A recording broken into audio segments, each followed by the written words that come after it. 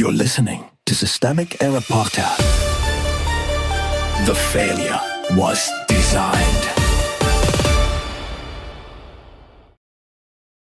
Rogue Trump official roiled State Department for days report based on an article by Kathleen Culloden. When U.S. foreign policy becomes a game of telephone, the power is at the top. The report is about Chris Landau, but the power sits above him. Donald Trump sets the official line, Marco Rubio manages the State Department's machinery, and the rest of the bureaucracy is left to sort out the fallout when those lines conflict or get muddied. That is the real story, not one deputy secretary going rogue, but an administration whose foreign policy can be reversed, interpreted, or opportunistically relayed depending on who picks up the phone.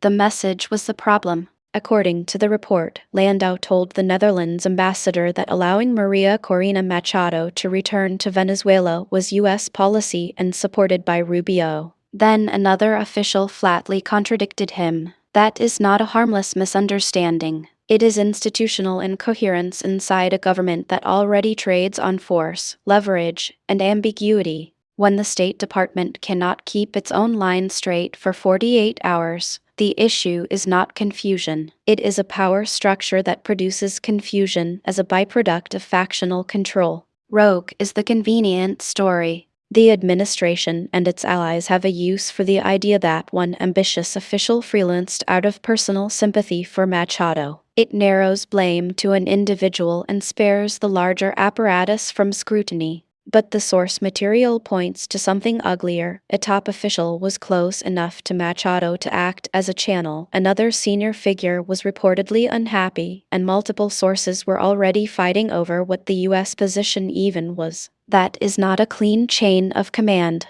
It is a regime-style culture in which access matters more than principle, and policy can be bent by whoever can claim proximity to power. Machado becomes a diplomatic object. Machado appears here less as a political actor than as an object moved around by U.S. officials' internal disputes. She sought help to return to Venezuela after the June earthquakes killed 3,500 people. Administration officials dismissed that effort as gross political opportunism, while Landau reportedly opened a door, then got contradicted from inside the same government. The details matter because they show how exile politics gets handled, not as a democratic struggle, but as an asset to be managed, rejected, or used for signaling depending on the faction in charge.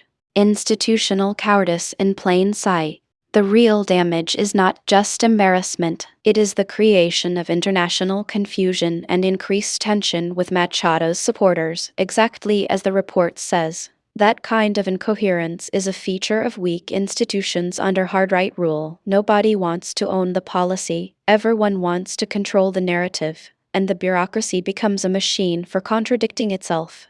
The result is not merely bad messaging, it is the erosion of state capacity into factional theater. The larger pattern. This is what authoritarian adjacent governments looks like in practice: power concentrated at the top, responsibility scattered below, and truth treated as a tactical inconvenience. Internal discipline matters less than loyalty, access, and message control. When the government cannot keep its own position straight on a Venezuelan opposition leader, the issue is bigger than one official's freelancing. It is a system built to confuse accountability, then punish anyone who makes the confusion visible.